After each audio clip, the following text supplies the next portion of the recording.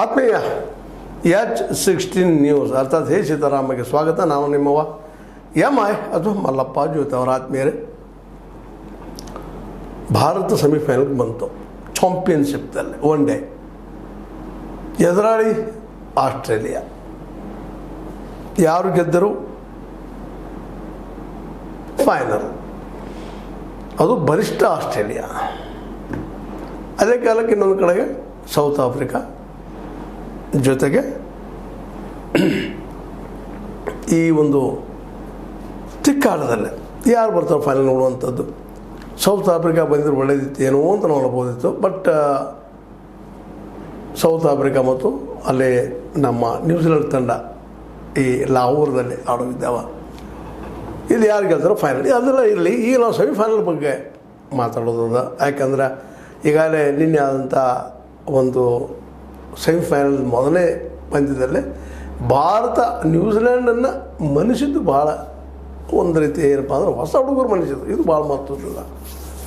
ಉಳಿದವರಿಬ್ಬರು ಹಳೆಬರು ಬೇಡ 3 ಜನ ಅಂತನ್ರಿ. ಹೆಚ್ಚು 3 ಜನ ಈ ಒಂದು ಏನಪ್ಪ ಅಂತಂದ್ರೆ ಈ ಸೆಮಿಫೈನಲ್ ಪೂರ್ವದ ಪಂದ್ಯದಲ್ಲೇ ವಿಫಲರಾಗಿದ್ದಾರೆ ಅನ್ನೋದು ಅಷ್ಟೇ ಗಮನಾರ್ಹದ. ಅಂದ್ರೆ ಹೊಸ ನೀರು ಬರ್ತಾ ಇದೆ ಅಂತೇಳಿ ನಮ್ಮ ರಾಹುಲ್ ಅವರಾಗಿರ್ಬೋದು ಅಥವಾ ಅದ್ರ ಜೊತೆಗೆ ನಮ್ಮ ಏನಪ್ಪ ಅಂತಂದ್ರೆ ವಿಶೇಷವಾಗಿ ಕೊಹ್ಲಿ ಮತ್ತು ರೋಹಿತ್ ಶರ್ಮಾ. ರಾಹುಲ್ ಒಂದು ಕ್ಯಾಚ್ ಬಿಟ್ಟಿದ್ದಾರೆ ಮತ್ತು ಬೇರೆ KL ರಾಹುಲ್ರು. ಇವರಿಬ್ಬರು ನಾನು ಭಾಳ ಭರವಸೆ ಇತ್ತು. ನಿನ್ನೆ ಆಗಲಿಲ್ಲ. ಯಾಕೆ 30 ರನ್ನಿಗೆ ಶುಭ್ಮನ್ ಗಿಲ್ರು ಹೋದರು. ಒಂದು ವಿಶ್ವಾಸಿಗೆ ಬ್ಯಾಟ್ಸ್ಮನ್ ಶುಭ್ಮನ್ ಗಿಲ್ ಅವರು ಯಾಕೋ ಹೋಗಿಬಿಟ್ರು. ಬಟ್ ಉಳಿದವ್ರು ಮಾತ್ರ ಅದು ಸೋಲು ಕೊಡೋದ. ಅದರಲ್ಲೂ ಬೌಲರ್ಸ್ ಭಾಳ ಚೆನ್ನಾಗಿ ಹೇಳಿದರು.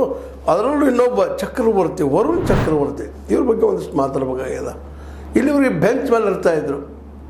ಇವ್ರ ಬಗ್ಗೆ ಯಾವ ರೀತಿ ಬಾಲ್ ಮಾಡ್ತಾರೆ, ಹೇಗೆ ಮಾಡ್ತಾರೆ, ಅದ್ಭುತವಾಗಿ ಏನೇನದ ಇವರಲ್ಲಿ ಅನ್ನೋದು ಯಾರು ನೋಡಿರಲಿಲ್ಲ. ನಿಗೂಢವಾಗಿದ್ದಂಥವ್ರು ಅವ್ರು ನಿನ್ನೆ ಈ ಪಂದ್ಯ ಗೆಲ್ಲೋದಕ್ಕೆ ಪ್ರಮುಖ ಪಾತ್ರಧಾರಿ ಯಾರು.